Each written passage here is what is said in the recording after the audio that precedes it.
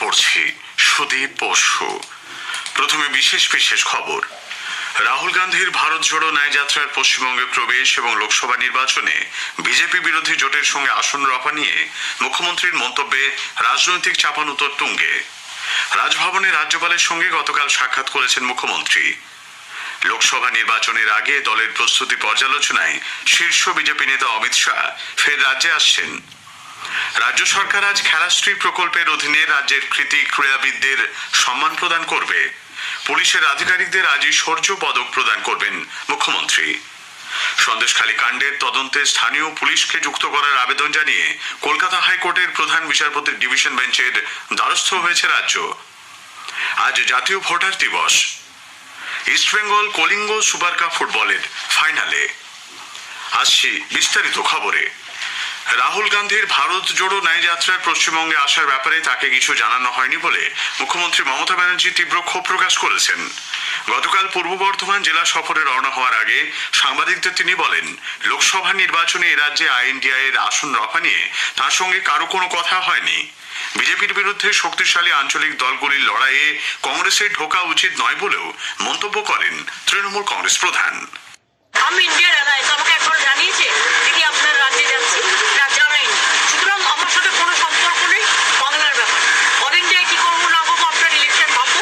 আমরা secular party, আমরা বিজেপিকে হারানোর জন্য যা করার ভোটটা কারো নিজের একার নয়। 300 সিটে একা লড়াই করুক, রিজিওনাল পার্টি বাদ বাকি সিটে লড়াই করবে, সেখানে ইন্টারফেয়ার করবে না। সেখানে যদি ইন্টারফেয়ার করে তাহলে সেখানে আমরা বুঝবো। মুখ্যমন্ত্রীর এই মন্তব্যের প্রতিক্রিয়ায় প্রদেশ কংগ্রেস সভাপতি অধীর রঞ্জন চৌধুরী বলেছেন, কংগ্রেস একার শক্তিতেই ভোটে লড়তে সক্ষম। মমতা ব্যানার্জির দয়ার প্রত্যাশী নন তারা। ममता बनर्जी की दया से हम लोग नहीं चुनाव लड़ेंगे और लड़ने के नहीं चाहते। कांग्रेस पार्टी अपनी ताकत पर चुनाव लड़ना जानते हैं। जो 2 सीटें हमारा कब्जे में है वो बीजेपी पार्टी और ममता बनर्जी को हरा के हम लोग कब्जे में लाए। সিপিআইএম পলিট ব্যুরো সদস্য সূর্যকান্ত মিশ্র বলেছেন, মমতা ব্যানার্জিকে জোটে নেওয়ার সময় সাবধান করেছিলেন তিনি। লড়ুন না, কে না বলছে? ওকে জিজ্ঞেস করবেন। উনি কতদিন এদিক থেকে ওদিক আর ওদিক থেকে এদিক করবেন। ইন্ডিয়া জোট ওর জন্য ভেস্তে যাবেন। ইন্ডিয়া জোট যখন হয় তখনই আমি বলেছিলাম ওকে সাবধানে থাকবেন। অন্যদিকে বিরোধী জোট নিয়ে তৃণমূল কংগ্রেস নেত্রীর মন্তব্যকে কটাক্ষ করেছেন বিজেপির রাজ্য মুখপাত্র সমীর ভট্টাচার্য। জোটের ভবিষ্যৎ ভূতের ভবিষ্যতের থেকেও খারাপ। আমরা আগেও বলেছি যে 2024-এর যে নির্বাচন সেখানে কার্যত জোট অনুপস্থিত। আমরা আন্তরিকভাবে চাই পশ্চিমবঙ্গের সিপিএম, কংগ্রেস এবং তৃণমূল কংগ্রেস জোট হোক। এরকম দূরে দূরে থেকে কেউ কাউকে দেখে ওই তুমি কি এমনি করেই থাকবে দূরে, এ ধরনের গান গেয়ে কোনো লাভ নেই। রাহুল গান্ধীর ভারত জোড়ো ন্যায়যাত্রা আজ রাজ্যে প্রবেশ করছে। অসম থেকে কোচবিহারের বক্সিরহাট দিয়ে বাংলায় ন্যায়যাত্রা প্রবেশের কথা। পূর্ব বর্ধমানের প্রশাসনিক সভা সেরে গতকাল সড়ক পথে ফেরার সময় মুখ্যমন্ত্রীর কনভয়ে দ্রুতগতিতে পুলিশের একটি গাড়ি ঢুকে পড়লে মুখ্যমন্ত্রীর গাড়ির চালক আচমকা ব্রেক কষেন। সামান্য আহত হয়েছেন মুখ্যমন্ত্রী। গত সন্ধ্যায় রাজভবনে রাজ্যপাল সিবি আনন্দ বোসের সঙ্গে দেখা করে বেরোনোর সময় সাংবাদিকদের তিনি জানান, মাথায় চোট লেগেছে তার। অল্পের জন্য বড়সড় বিপদ থেকে রক্ষা পেয়েছেন তিনি। বীরভূম জেলার কোর কমিটি থেকে কাজল শেখের বাদ পড়ার পরেই গোষ্ঠী সংঘর্ষে উত্তপ্ত হয়ে উঠেছে বীরভূমের নানুর। গতকাল সেখানকার সিঙ্গি পঞ্চায়েতের নাহিনা গ্রামে এলাকার দখলদারি নিয়ে অনুব্রত মণ্ডল গোষ্ঠীর সঙ্গে কাজল শেখের অনুগামীদের বচসাবাদে দুপক্ষই একে অপরকে বাঁশ লোহার রড দিয়ে ব্যাপক মারধর করে। দুই গোষ্ঠীর সংঘর্ষে অন্তত 8 জন জখম হয়েছেন। খবর পেয়ে বিরাট পুলিশ বাহিনী এলাকায় যায়, বসানো হয়েছে পুলিশ পিকেট। উল্লেখ্য, মঙ্গলবার বীরভূম জেলার নেতৃত্বের সঙ্গে প্রাক নির্বাচনী বৈঠকে তৃণমূল কংগ্রেস প্রধান মুখ্যমন্ত্রী মমতা ব্যানার্জি জেলার সংগঠন ধরে রাখতে অনুব্রত মণ্ডলের ওপরে আস্থা রাখেন। এদিকে রাজ্যের পুর নগর উন্নয়ন মন্ত্রী ফিরহাদ হাকিম বলেছেন, কাজল শেখকে দলের বীরভূম জেলার সাংগঠনিক দায়িত্ব থেকে কার্যত সরিয়ে দেওয়া হয়েছে বলে যে খবর কোনো সংবাদ মাধ্যমে প্রকাশিত হয়েছে তা সঠিক নয়। তিনি বলেন, কাজল শেখ দলের গুরুত্বপূর্ণ নেতা। আমরা এটা ভাগ করে দিয়েছি জেলায়, কে কোনটা দেখবে। যেরকম চাঁদু যে আছে চন্দ্রনাথ সিনহা, সে বোলপুর মোরারই দেখবে আর ময়ূরেশ্বর দেখবে। রানা তাকে ময়ূরেশ্বরের ব্যাপারে হেল্প করবে। বিকাশ রায়চৌধুরী শিউরি দেখবে, দুবরাজপুর দেখবে। অভিজিৎ সিনহা রানা সে দেখবে লাভপুর, সাঁইতিয়া আর নলহাটি। আশিস ব্যানার্জি দেখবে রামপুরহাট আর হাসান অ্যাসেম্বলি কনস্টিটিউয়েন্সি।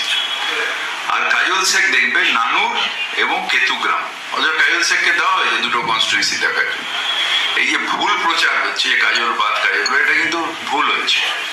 লোকসভা নির্বাচনের আগে দলের প্রস্তুতি পর্যালোচনায় শীর্ষ বিজেপি নেতা কেন্দ্রীয় স্বরাষ্ট্রমন্ত্রী অমিত শাহ ফের রাজ্যে আসছেন।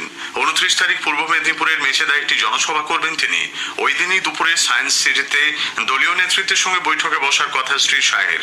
29 তারিখ রাতে দিল্লি ফিরে যাবেন তিনি। পূর্ব মেদিনীপুর ছাড়াও দক্ষিণবঙ্গ ও উত্তরবঙ্গের একাধিক জেলায় পর্যায়ক্রমে শ্রী শাহ সভা করবেন বলে বিজেপি সূত্রে খবর। রাজ্য সরকারের নতুন বালিখাদান নীতির সুবাদে চলতি আর্থিক বর্ষে এই ক্ষেত্রটিতে রাজস্বের পরিমাণ 1000 কোটি টাকা ছুঁতে চলেছে। অবৈধ বালি কারবার এবং এর দরুন পরিবেশের ক্ষতি ঠেকাতে মুখ্যমন্ত্রী মমতা ব্যানার্জি 2021 জুলাই মাসে বালিখাদান সংক্রান্ত নতুন নীতি প্রণয়ন করেন। রাজ্য সরকার আজ খেলাশ্রী প্রকল্পের অধীনে রাজ্যের কৃতি ক্রীড়াবিদদের সম্মান প্রদান ও আর্থিক পুরস্কার দেবে। দক্ষিণ কলকাতার আলিপুর ধনধান্য অডিটোরিয়ামে এই অনুষ্ঠানে 19তম এশিয়ান গেমস, 2022-23 জাতীয় গেমস, 2022-23 প্যারা চ্যাম্পিয়নশিপ পদকজয়ী ক্রীড়াবিদদের সম্মান জ্ঞাপন করবেন মুখ্যমন্ত্রী। পাশাপাশি 1567 জন বিশিষ্ট ক্রীড়াবিদকে মাসিক সাম্মানিক প্রদানের সূচনা করা হবে। উল্লেখ্য, রাজ্য সরকার প্রাক্তন ক্রীড়াবিদদের মাসিক সাম্মানিক দেওয়ার সিদ্ধান্ত নিয়েছে। অনুষ্ঠানে রাজ্যের ক্রীড়ামন্ত্রী অরূপ বিশ্বাস এবং ক্রীড়া প্রতিমন্ত্রী মনোজ তিওয়ারিও উপস্থিত থাকবেন। অনুষ্ঠান মঞ্চ থেকেই মুখ্যমন্ত্রী এদিন পশ্চিমবঙ্গ পুলিশের আধিকারিকদের শৌর্য পদক প্রদান করবেন। রাজ্যের 8 পুলিশ আধিকারিক এবার শৌর্য পদক পাচ্ছেন। সাধারণতন্ত্র দিবস উপলক্ষে রাজ্য জুড়ে কোন রকম অপ্রীতিকর ঘটনা এড়াতে পুলিশ নিরাপত্তা জোরদার করা হয়েছে। কলকাতা পুলিশও শহরের শপিং মল, জনবহুল স্থানগুলিতে নজরদারি বাড়িয়েছে বলে লালবাজার সূত্রে খবর। গত কয়েকদিনে শহরের বিভিন্ন হোটেলে কারা আসছেন বা কারা আসবেন সে বিষয়ে পুলিশকে তথ্য সংগ্রহ করতে বলা হয়েছে। গোয়েন্দা বিভাগের তরফে বিভিন্ন গুরুত্বপূর্ণ মোড়ে চালানো হচ্ছে নাকা তল্লাশি। এদিকে সাধারণতন্ত্র দিবসে যাত্রীদের নিরাপত্তা সুনিশ্চিত করতে মেট্রো রেল তাদের বিভিন্ন স্টেশনে নজরদারি বাড়িয়েছে। সাধারণতন্ত্র দিবসের প্রাক্কালে রাষ্ট্রপতি দ্রৌপদী মুর্মু আজ জাতির উদ্দেশ্যে ভাষণ দেবেন। শোনা যাবে সন্ধ্যে 7টা থেকে আকাশবাণীর সবকটি প্রচার তরঙ্গে। রাষ্ট্রপতির ভাষণের বাংলা অনুবাদ সম্প্রচারিত হবে রাত 9:30টায় গীতাঞ্জলি FM গোল্ড ও মৈত্রী প্রচার তরঙ্গে। এর প্রেক্ষিতে আকাশবাণী কলকাতার সন্ধ্যে 7:35 বাংলা খবরের সময় পরিবর্তন করা হয়েছে। এই খবর শুনতে পাবেন 7:50 স্থানীয় সংবাদের ঠিক পর রাত 8টায়। সাধারণতন্ত্র দিবসে রাজ্যপাল CB আনন্দ বোস রাজ্যবাসীর উদ্দেশ্যে ভাষণ দেবেন। শোনা যাবে সকাল 8:30 থেকে গীতাঞ্জলি FM গোল্ড এবং মৈত্রী প্রচার তরঙ্গে। স্থানীয় সংবাদ শুনছেন আকাশবাণী কলকাতা কেন্দ্র থেকে। সন্দেশখালী তদন্তে স্থানীয় পুলিশকে যুক্ত করার জন্য আবেদন জানিয়ে প্রধান বিচারপতি TS শিবজ্ঞানমের ডিভিশন বেঞ্চে দ্বারস্থ হয়েছে রাজ্য। গত 17 জানুয়ারি কলকাতা হাইকোর্টের সিঙ্গেল বেঞ্চ সন্দেশখালী ঘটনায় বিশেষ তদন্ত দল সিট গঠনের নির্দেশ দিয়েছে। CBI ও রাজ্য পুলিশের একজন করে SP পদমর্যাদার আধিকারিক সিটের নেতৃত্বে থাকবেন বলে আদালত জানিয়ে দেয়।